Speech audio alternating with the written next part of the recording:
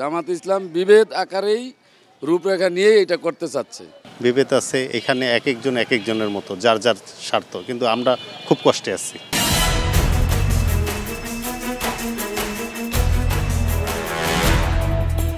দর্শক শুভেচ্ছা। ক্ষমতা নাকি জনতা, আপনি কোন পক্ষে? আমি কিন্তু সাধারণ জনগণের মতামত শুনতে আজকে এসেছি মোহাম্মদপুর শেরশাশুড়ি রোডে। আমি আসিফ সুমিত, একুশে টেলিভিশনের নিয়মিত আয়োজন জনতার কথা অনুষ্ঠানে শুনবো সাধারণ মানুষের মতামত।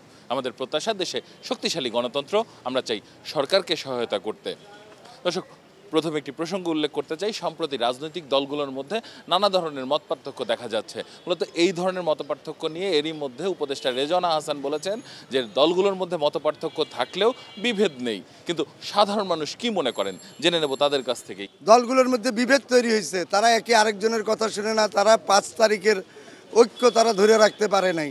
তারা এখন বিএনপির দোষ দেয়, এর দোষ দেয়, ওর দোষ দেয়, আর ওরা ছালা বস্তা ভরার জন্য ব্যস্ত। আমাদের ব্যবসা বাণিজ্য সব নষ্ট হয়ে গেছে গা, আমাদের কোনো ব্যবসা বাণিজ্য নাই।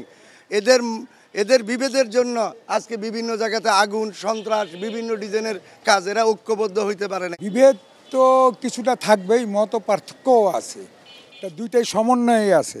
কারণ দেখা যাইতেছে একজনের সাথে একজন একটা মিল কম, দ্বন্দ্ব টাইপের কথা বুঝছেন। কিন্তু সবাই যদি একজোট হয়ে সবাই যেটা ভালো, সবই জনগণের উপকার হয়।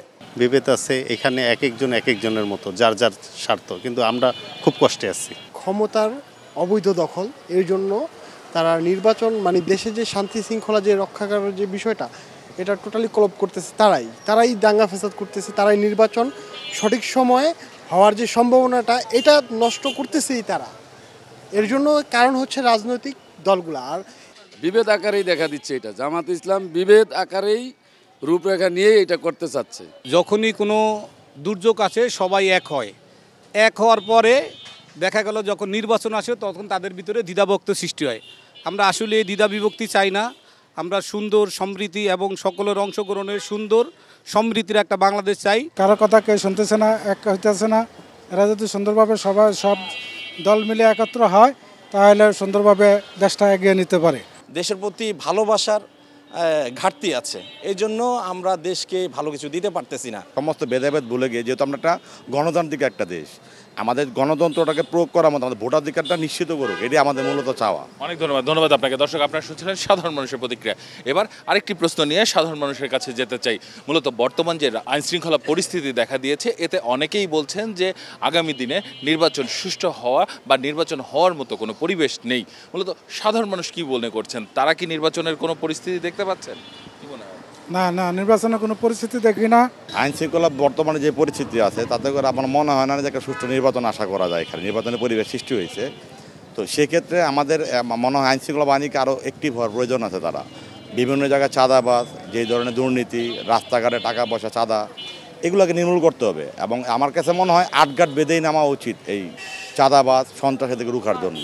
আমার মনে হয় যে বর্তমান যে আইন শৃঙ্খলার যে পরিস্থিতি আছে, এটা যদি আরেকটু সুন্দর করে হার্ড করে তাহলে নির্বাচন করা যায়। নির্বাচনের জন্য কোনো সমস্যা নেই। আইন শৃঙ্খলা বাহিনীকে খুবই কঠোর অবস্থানে যেতে হবে। এর মাধ্যমে সুষ্ঠু এবং সুন্দর নির্বাচন করা সম্ভব যদি আইন শৃঙ্খলা বাহিনী আরও কঠোর এবং পরিশ্রমী এবং মাঠে তাদেরকে দায়িত্ব পালন করতে পারে। পুলিশের দায়িত্ব হচ্ছে সমাজটাকে সুন্দরভাবে গঠন করা, মানে সমাজটাকে নিরাপত্তা দেওয়া। আর আমাদের দায়িত্ব হচ্ছে সমাজে যাতে নিরাপত্তা এবং সৌন্দর্যতা থাকে সেটাকে বজায় রাখা।